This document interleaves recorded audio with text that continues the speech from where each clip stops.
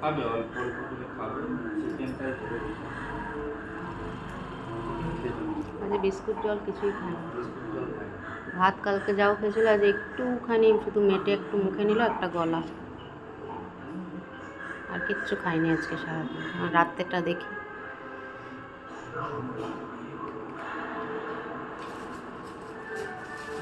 আমি খুব শরীর খারাপ, তোমার একটা করে দিয়েছে, জ্বর এসছে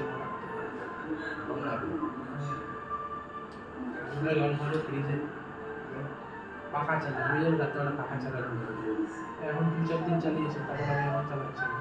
ও গরম পাখা চালাতে লাগে, আমি মেডিটেশন করি, করতে করতে ঘুমিয়েছে পাখা চালাতে।